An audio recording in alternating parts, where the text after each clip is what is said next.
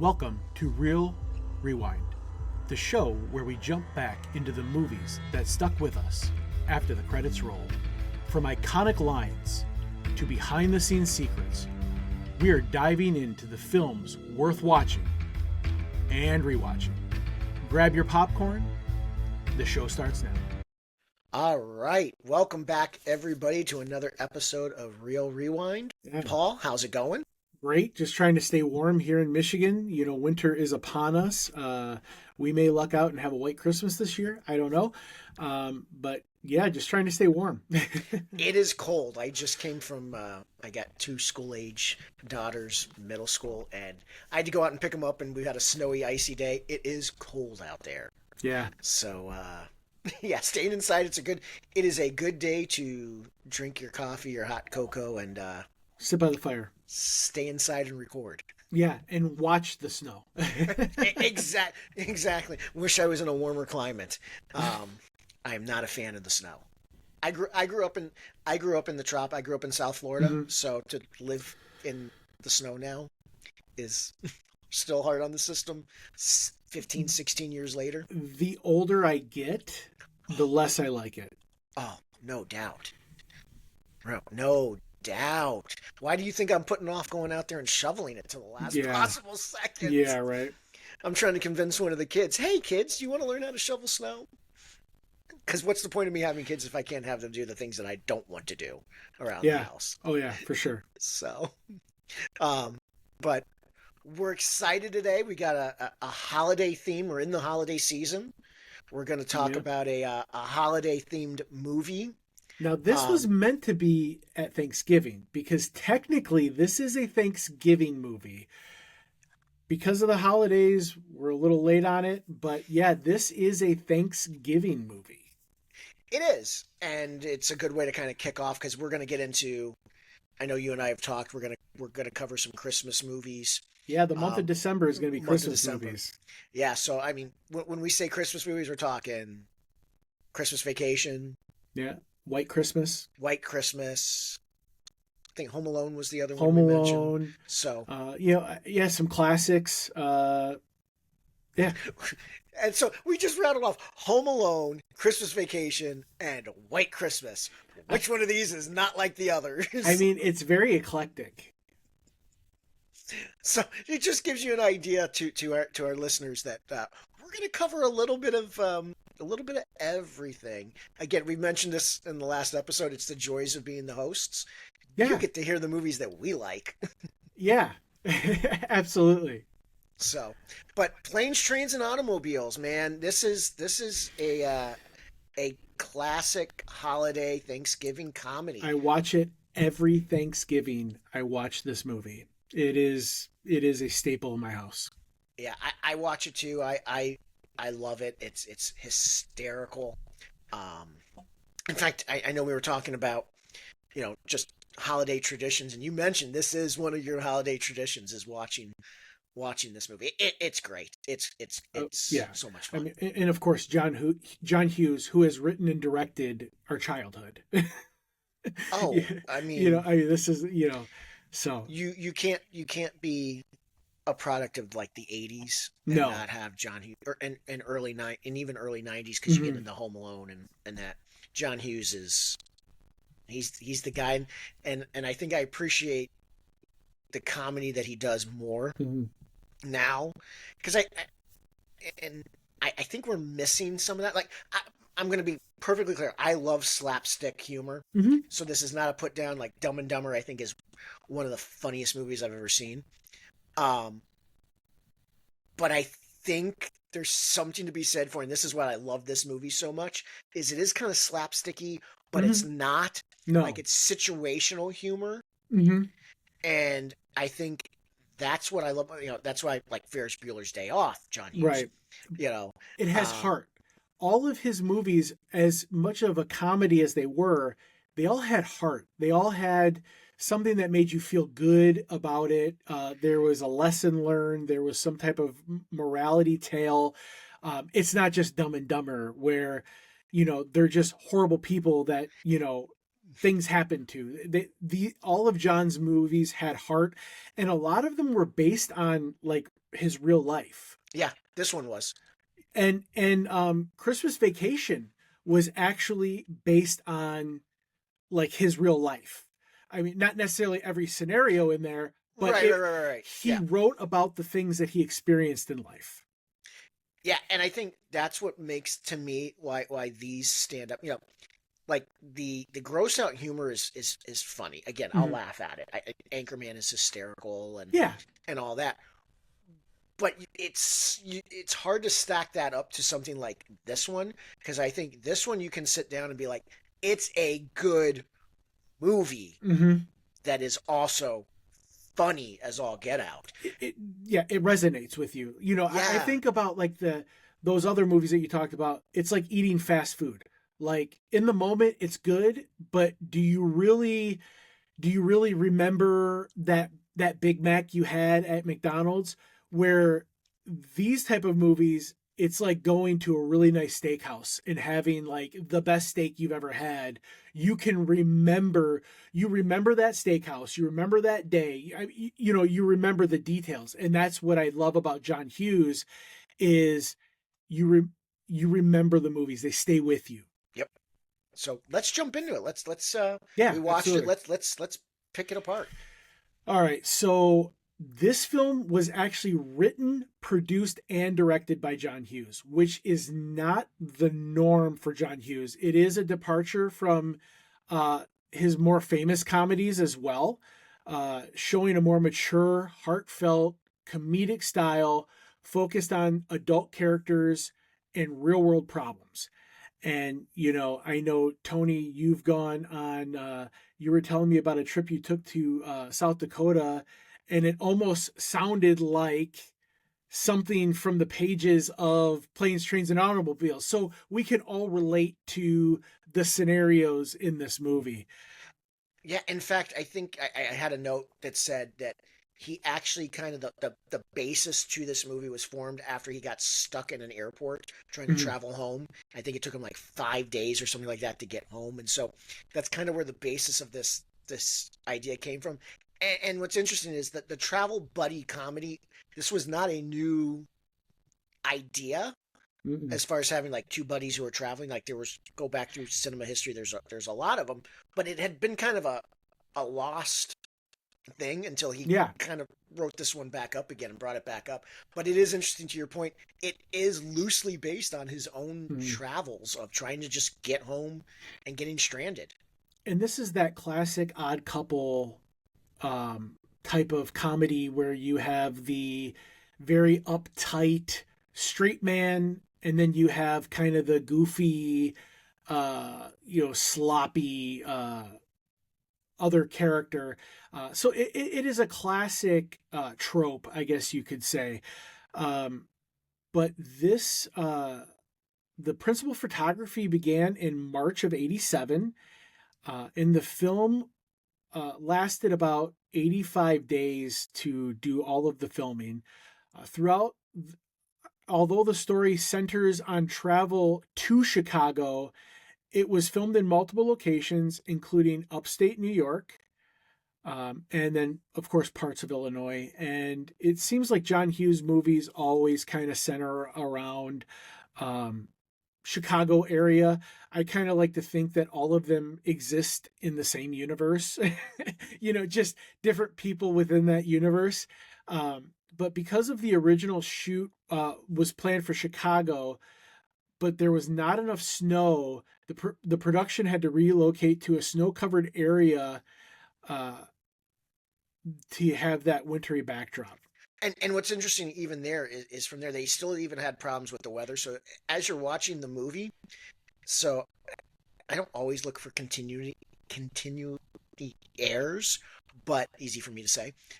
But there were in this one because if you watch the weather changes like a bunch of times because Mm-hmm. that was one of the things they struggled with is it was an unusually warm winter, and so they had to sometimes create their own snow so there was a lot of things going on with this production that they were fighting.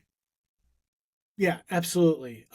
So a few kind of insider details about the filming. The first cut of this film was reportedly about 3 hours and 45 minutes long, which is much longer than the final 92-minute cut, which, I mean, Release the Hughes cut. yes, release the Hughes cut, which, for a comedy, I would say like that 90-95 minute is probably the the sweet spot when it comes to a comedy. Any more than that, you're really you're kind of pushing it.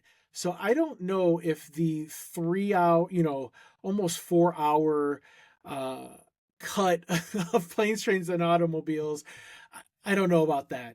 Um, Well, and from what I understand is Paramount, who was the studio, mhm. first of all demanded, look, you can't release a 3.5 hour movie, um, but unfortunately, I guess a lot of it was damaged, the original. So as much as I jokingly said release the Hughes cut, they apparently can't because a lot of that footage was lost. And this was filmed on actual film, where now most things are filmed digitally.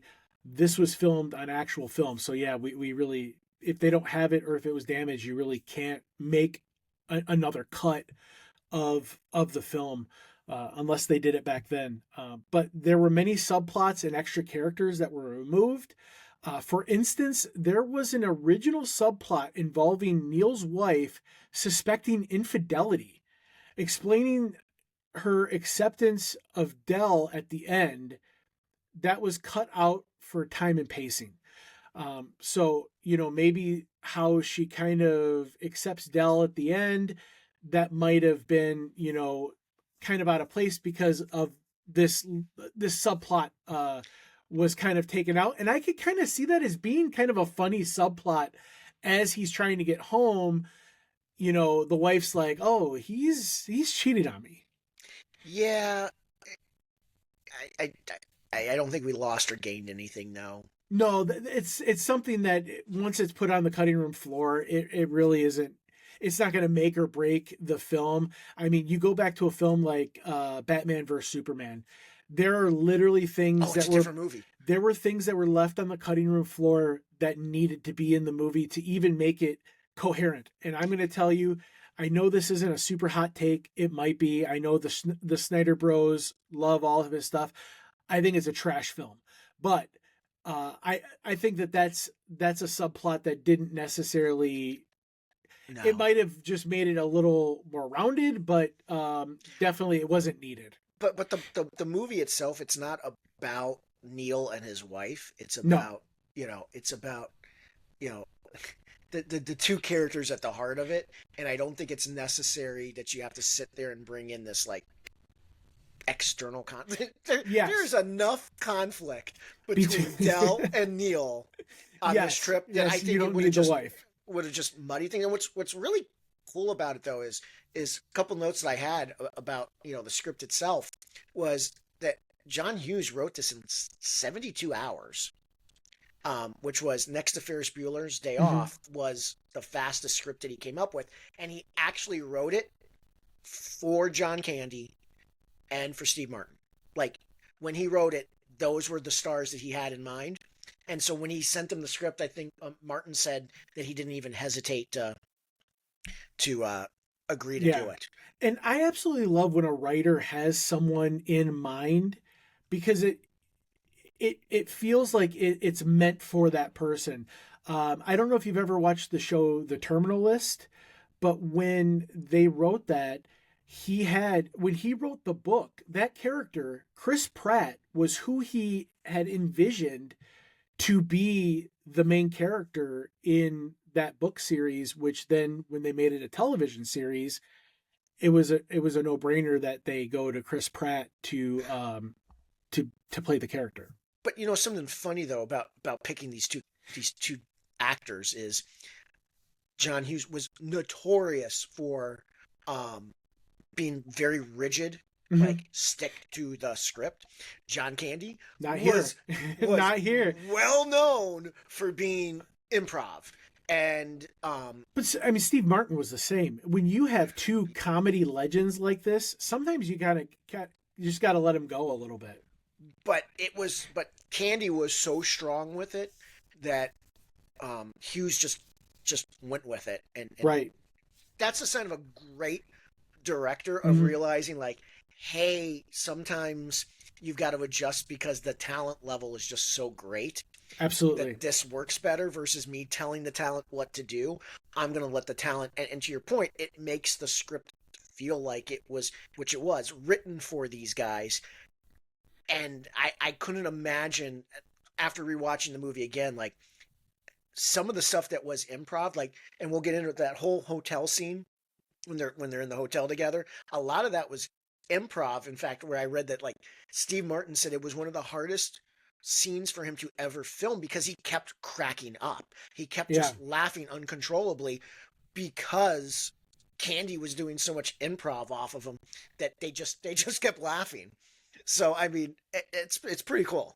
What and that was my next point was that the motel scene and the car rental tirade scene, which are probably some of the most iconic scenes in the entire movie, were improvised and not strictly scripted. Um, which again, like you said, it kind of goes to the authenticity of these comedians. And like you said, it's a sign of a good director and writer to be able to take that step back. I kind of go back to uh, Harrison Ford in that scene in Empire Strikes Back when Leia says "I love you." It's written in the script. He says "I love you," and he said, "Wait a minute. Han Solo would never say I love you. Yep. He would say I know." And for Lucas to say, "You know what? You're right. You know this character as well as I do. You're playing this character." So for him to just let them be able to go off, and like I said, those are two of probably the most iconic scenes, which we'll get into. That rental car scene is why it got the rated R rating because of the how many The F language, words the are in language. that scene. But what's interesting with that scene is it's also one. It was a one shot. It Yeah. was done in one long take. So it was not multiple takes. They did it in one long take, which I think just speaks to how good, Steve Martin is as an Hmm. actor and a comedian. That had to be a hard scene to do in one take, Oh and he did yeah. it in one long take. So I mean, because you had to be dead on And to, not to get it in. crack and not And yep, break and just do yep, yeah. Oh, totally. yep, And that just goes to his chops as a comedian and as yep, an actor to be able to do that. yep. Now, over time, some of those deleted scenes that we talked about, including a bus sing along, which I would love to see, and an airplane scene, were rediscovered and included in a recent 4K Blu ray release, which is why still having physical media is a great thing because you can get some of those little extra tidbits. So now I need to go find this 4K Blu-ray because I want to see this bus sing along because I can only imagine it's John Candy on the on the loudspeaker just being John Candy. Uh but yeah, do you have any little tidbits to add Well, there to is this section? the bus scene. So I did see the scene where they are singing on the bus, Yeah. and Steve Martin tries to do like this serious song, and nobody Oh knows yeah, what it wasn't is. it like what song was it? I forget what he was trying to sing, Was but it like then "Oh Johnny Boy" or no, something? no, it was something. It was something even like more than that. And then John Candy's character breaks into the Flintstones, Yes, and yes, everybody sings yes. along. So Because who doesn't um, know the Flintstones thing? yeah, but just the looks that everybody gives him, like Steve Martin's character. Because again, to your point, what makes this work so well is you always have the straight guy, the guy that is the buttoned up, not looking for the Hmm. laughs but creates it, and then you have the slapstick guy who, which is John Candy to a T, who is the loosey goosey. And you talk about how that has worked over time. I mean, you got Laurel and Hardy, Abbott and Hmm. Costello. Hmm. You go through, and that's what worked so well um, Or with that. was it Don Lemon and Yeah, yep. what was his name? Who was in the Odd Couple? Yeah, Walter it's Matthau. yeah Walter Matthau. Yeah, I Yeah, mean Jack Lemmon and Walter Matthau. yeah, Yep. it's that classic uh, pair. The straight guy with the slapstick guy, and that's what works so great in this movie. Um, yeah, it just I couldn't imagine this movie with two other actors because No. if you look and you look at the casting overall, like it's not okay. Fun thing, Kevin Bacon is in this movie. What movie is he not in? That's true. Well, he had just been in a John Hughes movie. I think it was like a year before, Okay, yeah. and so they used it as kind of to put him in. But he's in the taxi scene where Hmm. where they're racing to get the taxi. But other than that, there's not the cast isn't deep. No. Like it's not a deep cast, and so it's Candy and it's Martin who are driving this movie Yeah, because yeah. Like you said at the beginning, this is a movie about two characters. It's a very insulated, type of script where it is literally these two. These are the main characters of this movie. right. And interestingly enough, as much as we love this, this was not a hit, like a No, box office hit. It was not. It was what globally. I think it was it grossed domestic. 49.5 million worldwide, and it had a 15 million budget. Yeah, I mean it made money, Yeah. but it was one of these where it Well, was like, but see, I think it's that like people we're all used to a Christmas movie, but a Thanksgiving movie.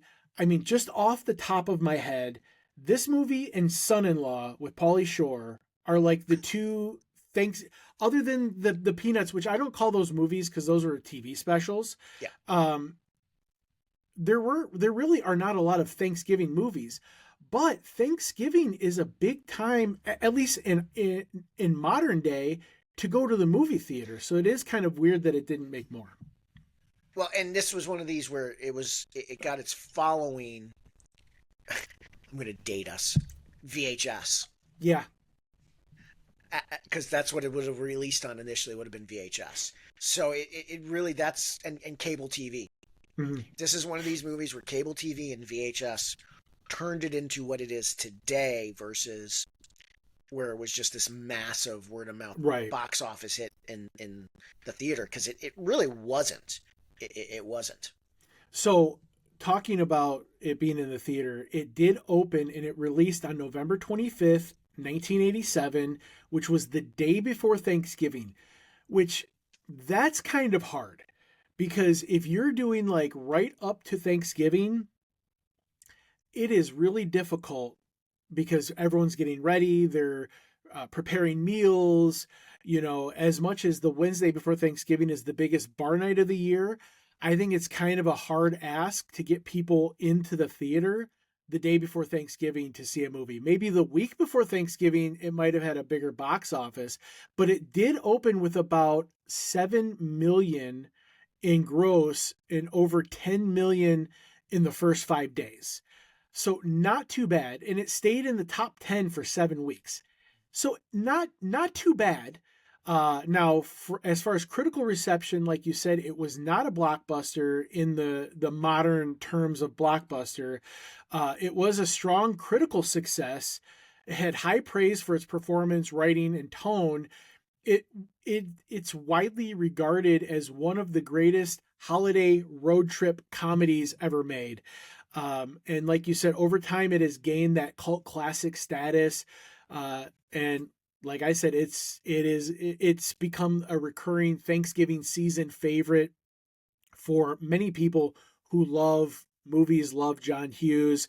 But some of the things I saw here as little tidbits, it talked about the weather conditions and the flexibility that they had to have in travel and the cold weather, but it really layered a realism to this movie.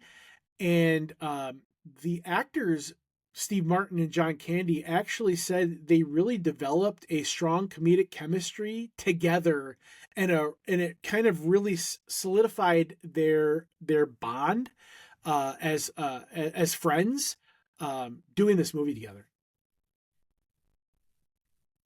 Yeah, and you can see that they just really played off of each other perfectly. What I laugh at now though is like when you watch this now, it's is one of those movies like it is dated because my wife is watching it. It was even like one of these things where it's like an ad executive, like where he's sitting there and he's looking at Right. the photos in the beginning. Like we don't do that. And then a shower curtain ring salesman. Yeah, I mean, yeah. But as dated as it is, it really still holds. Like even my kids can watch this movie and not make fun of how old it is. We're right because the theme stands up. The theme of I want to be with my family for the holiday. The theme of with poor Dell and dealing with loss and because spoiler alert, Yeah, I was gonna say spoilers. he look. We told you all to go watch this movie with us, so we're going Yes, to talk about the big twist at the end. is that his wife had passed. Yes, Um, and he was traveling, and his traveling more now was just because he really didn't have a place to go. exactly. And so that message just resonates. It doesn't matter if it was 1980s or No. 1950. Like that message is it's gonna resonate with people. Well, and that, like I said, there's always like that morality portion of a John Hughes movie where that hits Neil in a way that it really kind of it's that old family doesn't have to be blood. Like anyone that you go through things with can be family, And they you go know? through some things. I mean, Tony, you and I have been through a lot of things together and we consider each other family. We're not blood, but we consider each other family. And it's just that, and I think that's why people can relate to it because they have those people in their lives that aren't blood, but they are their family. So, Our cars did not burn down, though. Like while we were driving in the no, car, it did not catch no, on fire. no, It was a small fire, but it's out now. yeah. And my arm did not rest in any pillows. Pillows. Those aren't Those pillows. aren't pillows. All right, so let's Great get in. lines. Yeah, let's get into plot and events from the movie. So the premise of this film tells the story of Neil Page, Steve Martin, who's an uptight advertising executive who, after a hectic business trip at the start of Thanksgiving, he's trying to get home to Chicago to spend the holiday with his family. Instead, he crosses paths with Del Griffith, John Candy, a talkative, well meaning, and you might say, but often obnoxious, shower curtain ring salesman.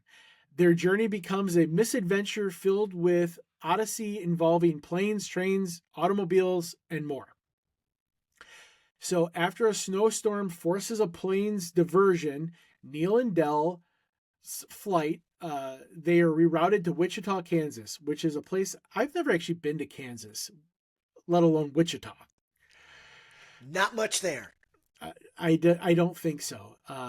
They end up stranded, swapping credit cards unintentionally, and I love it's the Diners Club card. Do you remember those Diners Club cards? Yes. And I actually had to explain them. So this is one of those things that I had to explain to my kids. The swiping. The carbon copy. Yes. And I said to them, that's what you did. And then you submitted it and then the card was charged. Like there wasn't like a swiper back then. You just had the big, and when I worked retail, if for any reason the machines went down, you had to carbon copy them. You still had the carbon copy. But yeah, so their cards get swapped out, and their escape is complicated when the rental car they use catches fire. Their journey to Chicago turns into an escalating string of disasters and unlikely allies, and it's like one after another. And don't forget, they get robbed in the hotel. Which, yes, if you're ever creeped out about sleeping in a hotel, the fact that this guy got in so easy, what he used like a butter knife or something, like he jimmies the lock and comes in, and they're so sound asleep that he steals all their money. yes, and then you get into the conflict of Neil claims that Dell is the one that stole the money, and he's like, here, look at my wallet, there should be empty. exactly this amount of money, and he's like, it's empty. Well, then it goes to that great scene where like he's like, relax, I can, Dell's like, I can get the money, and he's selling the rings, the curtain rings as Yes. earrings Oh, to yes. all these people. And he's like, it makes a great earring, and so then they have this great shot of like all these like teenage girls, and they got these giant shower curtain rings Right. as earrings, and he's like, this celebrity and this person, it's real gold, or he's like such a salesman, a door to door salesman. Oh, yeah. Well, but I was just going to say, in that, everywhere they go and every situation they're in, Dell knows somebody. Oh, I know someone. They'll hook us up. I mean, even the motel that they stay in, he has sold them shower curtain rings. But it's and I think we all know that salesperson that knows someone in every state, every city, every anything you would need. Oh, I got a guy. Every little podunk town Yeah, from I got a guy. Wichita to Chicago, he knew a guy. Yeah, Yep. and going into that motel scene, the vibrating bed, I absolutely love the vibrating bed. And then when Dell, and this is why I never let someone shower before me, because Oh, he when trashes that and like shower. there is not a Oh dried, is it? He's toilet paper. no, it was a washcloth. Was He's it, trying okay? Yeah, he's trying to washcloth. he's That's trying to right. dry off with the Yeah, washcloth. he's. But the whole bathroom is trash, and then it goes, it's that whole He's uh actually, which makes it even worse, is he's cleaning his underwear in the sink. yes, yes, which I mean, Dell is as a door-to-door salesman, you're gonna need to clean your clothes or whatever, but it goes back to that, the straight uptight guy and the the slob tidy who just whities out of like, the sink. The yes, giant yes. tidy whities. And then we go, those aren't pillows, we get to, Ah, you know where, okay, and I think we could say this movie probably could not be made today, because there are definitely some jokes in here. yeah. This is a little bit of a, like, a, I guess you could say a gay joke, where, oh, because after he's like, oh, I got my arm in these pillows. Those aren't pillows, and it's, oh, and they get all macho, like, oh, But then you've also got sports. this. Yep. But then you've also got the scene though where he's talking about, because this is also the famous, my I like me, my wife Yes, likes me, my yes, customers like me, because they have that yes. whole blowout where they're arguing, where Steve Martin's character is going to leave, Yeah, and and he's they're basically like, I hate you. You're the worst thing that's ever happened to me. well. And Well, first of all, you got to back up. It's a queen size bed that they're sharing. There's yeah, one bed, and John Candy's character's smoke. So this is how you know it's the '80s. He's smoking in bed. yeah, He's eating. Was it peanuts? I think it was peanuts. He's like eating peanut shells or whatever in the bed. yeah. It was something that was like very, Yeah. which I wouldn't even let my wife eat, like a crackers or peanuts or Well, something in bed. So and then we don't see it, and I'm assuming this was a cut out scene. Was Steve Martin's laying in the bed, and John Candy's character Dell apologizes for dumping the beer on that side of the bed yes, because yes. he's sleeping in beer. So like the dude was a I mean, slob. he doesn't sleep on the side that he spilt the beer on. No, He lets no. Neil sleep on that And side. and if you've seen John Candy, dude is not skinny. No, he's a He's very large he's, guy. So yeah, he's a queen size bed. yes, this is one of those situations. It's a total nightmare situation. Yeah. But it's one of those after another, and then you got the taxi driver with like the satanic, crazy, Yeah.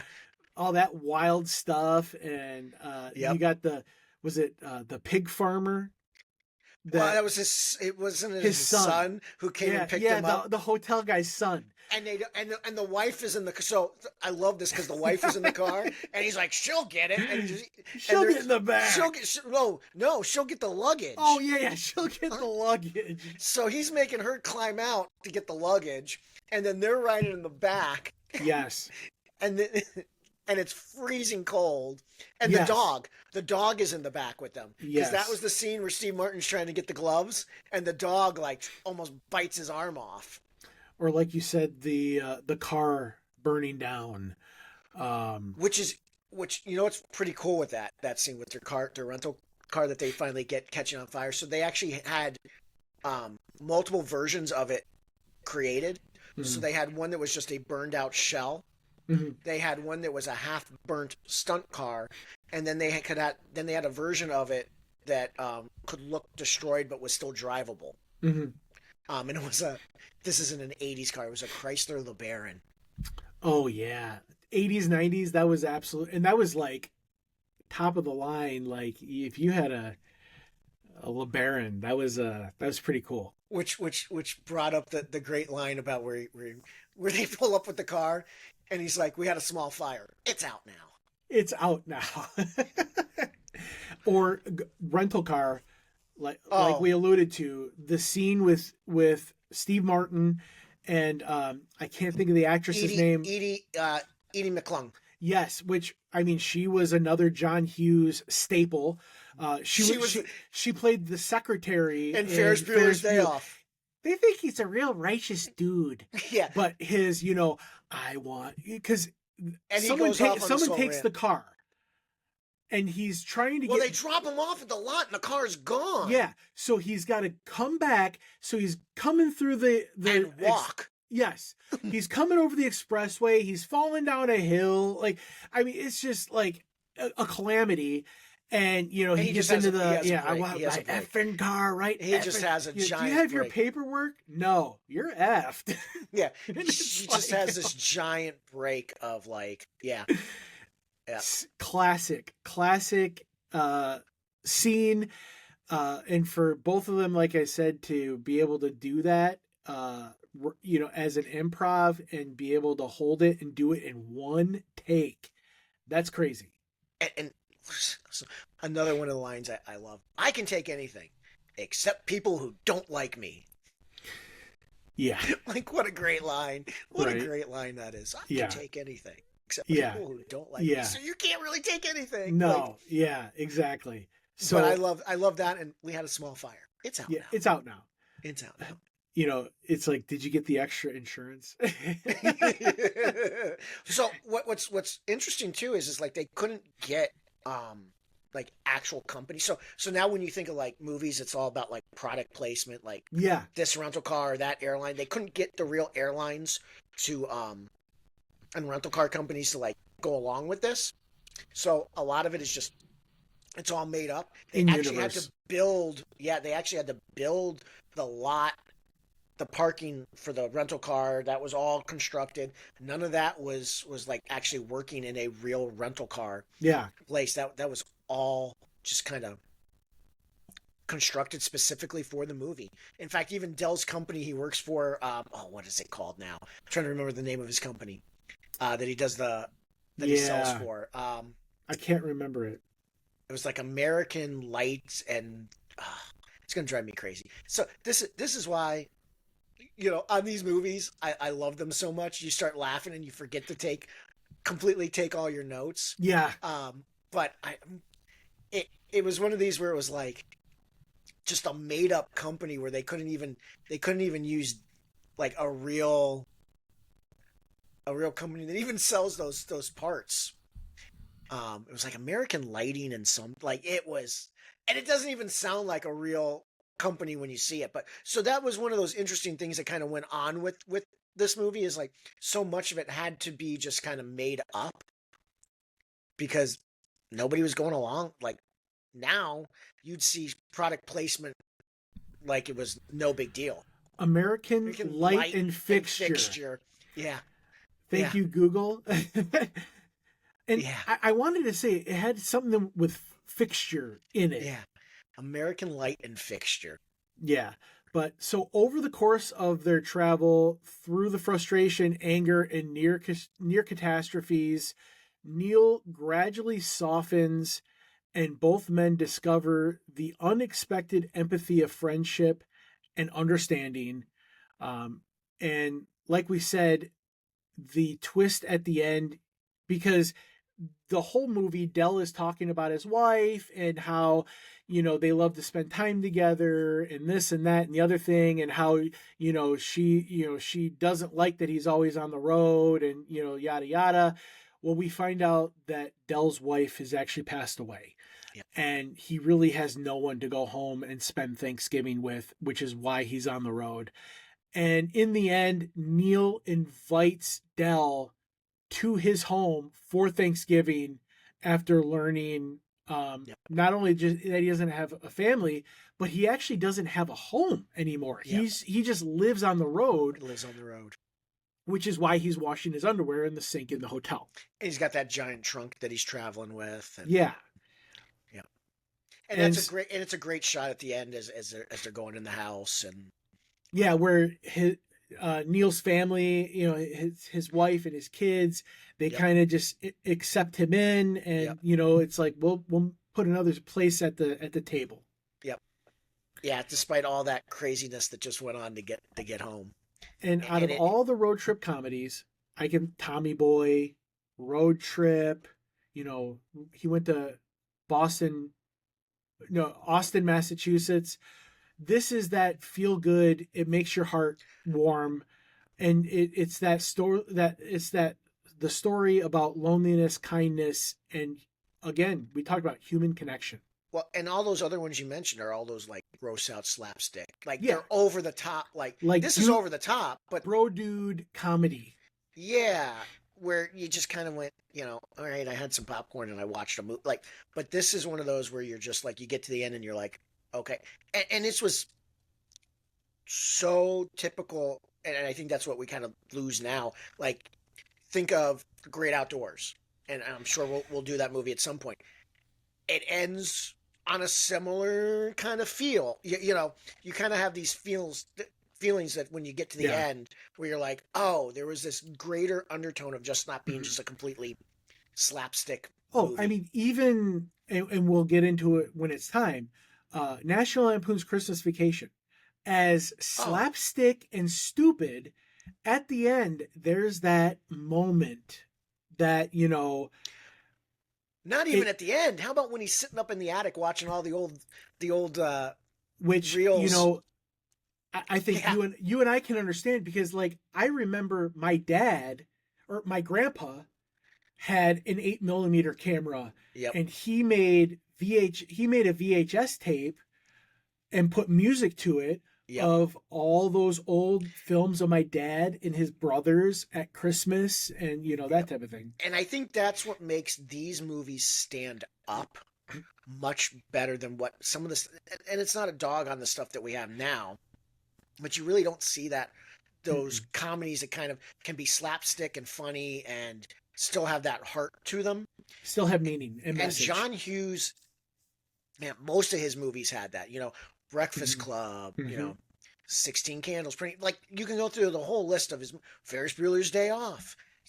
Dealing with life and growing up. Like, And taking things as a man. yeah, yes, and it's. I think that's what makes like Mm-hmm. this movie really work during, like, especially during a Thanksgiving time. Um, and to your point, we've all had horrible travel experiences. If you've had a flight canceled or you missed a connecting flight or something, obviously this is just it turned to 11, Mm-hmm. but it's all relatable. We've all probably had that person stuck next to us on a flight where you're like, please don't let that person be the one that Oh my next to me. gosh, yes. um And they sit next to you. yes. Or we all know people that don't have family that you might Yeah. invite to your home Yep. for Thanksgiving. I think you That's brought how I that grew up. up. That's how Yeah. I actually grew up. My parents would invite, because we grew up in South Florida, and my family, my parents' family, all lived in Mhm. most of them lived in Michigan. Well, we didn't travel back during Thanksgiving. It was hard. My mom was a Mm-mm. teacher. My dad worked, and so we would invite over folks that didn't have their family nearby. So we'd always have this group of folks that would come in. Sometimes it was the same faces year to year. Sometimes it was different, but we always had folks over that their families were long, didn't live near them or had passed or whatever it was. So I kind of grew up with that, which again is why I think this movie overall just resonates so much. It's a great movie. It really is a well done movie. What drives it though is the two main leads. Hmm. I mean, with anybody else in that, I don't think this movie is at all successful.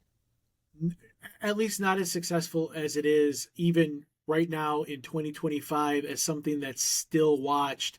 I mean, but like I said, these are comedy juggernauts. These are pillars of comedy. These two comedians, Yep. um, probably some of my favorite comedians. But let's talk a little bit about legacy and themes and maybe why the movie endures. Yep. So some things that I put here, this movie blends that slapstick comedy with that heartfelt emotion, Yep. balancing those rough and frustrating misadventures with genuine human connection, which I think today we kind of miss out with everything being so digital and online. We miss that human connection, empathy, and most importantly, redemption. It balances between laugh and that heartwarming moments throughout the whole movie, and it's rare for comedies uh, now that are like that of that era. Um, the themes of forgiveness, kindness, and understanding, and like we said, found family resonate throughout the holiday season, Thanksgiving, Christmas, and unlikely friendships between Neil and Dell. Their ups and downs and ultimate reconciliation. And I like to kind of think that maybe they stayed friends. Even after the what they went through, they remained friends, and you never know those people. So I used to work with a guy, his name's Michael, and it it was one of those. I started this job and him and I just became friends, and we're friends to this day. And it's those unlikely friendships that I think all of us can kind of resonate with. And then that mixture of those two types of comedies, Martin and Candy having completely different types of comedy chops, but they come together with that strong John Hughes writing and that gritty, authentic production with the real weather and the actual hardships of production that helped craft this timeless movie. And having some of that rediscovered lost footage kind of makes it a little more interesting. I actually want to find this 4K Blu-ray to maybe kind of see some of that. But that's why I think it's kind of a legacy. Yeah, it's got heart. It really has heart. It really, at the end of it all, I think it's got that just that, getting to understand people for who they are. Um, you know, it's the opposites attract sort of thing. It's all of that, but it just drives home the family feeling, and it makes it funny. And it's a funny movie that to this day, it's one of those if it's on, I'm stopping Oh yeah. to watch no matter where it's at. Which it's rewatchable. It's so rewatchable. Mm-hmm. Um, I mean, I think you summed it up perfectly in that it's it's one of those that's just so well done. Yeah. It really is, and I watch it at least once a year. I think there is this tinge of sadness to me in it too, because I mean this did basically really launch John Candy, but you really see that it was a short window that he was really and you do the the what if he hadn't passed, because the guy was so good. I would make the same statement that I made about Michael J. Fox with John Candy. Yep. What movies do we have that we may have had John Candy in that movie had he not passed away? Yeah. Yeah. I think he would have become Michael an J. Fox even is alive, just to be clear to well, everybody yeah, else. yeah, He's yeah, alive. yeah. He's not But dead. him being diagnosed with Parkinson's. Yes. Yes. Um, I just wanted to make sure that we're not. yeah, no, we're not breaking news here. Michael J. Fox, as far as I know, is alive and well. Yeah, But he's fine. He's I think John Candy would have become a megastar in that comedy world had he not passed away when he did. yeah. it's one of those things that makes you just kind of go, what if? Yeah, And we got so many good movies from him, and Steve Martin. I mean, who's still making things, great yeah, things even to this day. today. Phenomenal, by the way. You really want your jaw to drop? Go watch videos of him playing the banjo. Oh, amazing. Guy is absurdly talented. Like, it's just Oh, I insane. mean, he is like in all aspects of entertainment is a ridiculously talented person. Yes. He can do a serious movie, he can do a comedy, he can play the banjo. I mean, he's an amazing, when he passes away someday, that will be a loss to the entertainment world. And I think that's the legacy of this movie is you really saw two guys that were just you caught them on as their star was really rising. Mm-hmm. Um, I mean, just great movies. Just a great movie. For me, as far as just rewatchability, 9 out of 10 for me. 9 out of 10. By the way, I'm a hard 10. It's going to be hard for me to be Mm-hmm. 10 out of 10. Um, so 9 out of 10 is pretty high praise. Yeah. Again, it's one of those where I'm going to turn it on 90% of the time and stop Right. and watch it. Um, So I'm going to say 8. And that's only because there's one time of year that I watch this movie. yeah, Where there are some other movies that might be seasonal movies that, like Christmas Vacation, I will watch that. Like, we'll have Christmas in July, and my family will watch Christmas Vacation in July. So I'm gonna say 8. Like, it's up there. Like, yeah, it's a movie that I watch at least once a year, but it's gonna be at Thanksgiving that I'm gonna watch it. Now, if I'm flipping through or I'm looking and I see it on, I'm going to go to it. I yep, own it so yep, that, I own it digitally so that I can watch it if it's not on television. But yeah, I'm definitely going to watch it around Thanksgiving. yeah. I'm going to stop if I see it. I'm going to stop and watch. Thanksgiving, yes, I'm watching it start to finish. Um, but Yeah. if it's on, I'm stopping. And I know hindsight's 2020 and I might be playing armchair quarterback, but I think if they would have released this maybe a week or two before Thanksgiving, it would have had a much bigger box office. Yeah, Because, you know, like I said, that weekend is a rough weekend, especially the day before Thanksgiving. But if this would have released maybe the week before, I think you would have saw a much bigger opening box office. but it hasn't hurt it because here we are, what, 30, 40 years later? Still What was talking it, about it. 1980? Was it 7. 87? So 38 years later. Look at that. Still talking about I it. can do math quick in my head. Um, but yeah, we're still talking about. So I mean, it's done something right. I Yeah, think it's a great it's buddy a classic. comedy. It's a classic. Watch it. If you're looking to write a buddy comedy, when you said, watch Casablanca if you want to write film, if you're looking to write a buddy comedy, this is the movie that you watch Yeah, to learn how to make one that is not burger but steak. yeah, Bringing back yep, the analogy that I used earlier, it's not burger, it's steak. The other yep. ones, you eat them, you forget about it, but this one lasts. Absolutely. So, um, next movie up for everybody to watch with us. What are we thinking? Since it is Christmas time, why don't we tackle Home Alone? Let's do it. So So, go so ahead. um we're actually going to be able to make a little connection between two John Hughes Christmas movies Yep. that I don't think everybody is aware about. We'll save that. That's our little cliffhanger. We'll save that, Yeah. and we'll give a little tidbit next week about Chris Columbus, not the 1492 Chris Columbus, but the director Chris Chris Columbus, Columbus. and John Hughes Christmas movies. Yeah. And so, watch it. We're gonna go back through and do a dive through it. It's on TV a lot right now. You really have no excuse not to see it. Oh yeah, But check it out. Watch it so that when you come and listen, you can hear us kind of pick it apart. But I would say that's a wrap. another episode of Real Rewind in the can, in the Yeah. however you want to call it, if you're a director. But thanks for listening. Give us a like, give us a follow.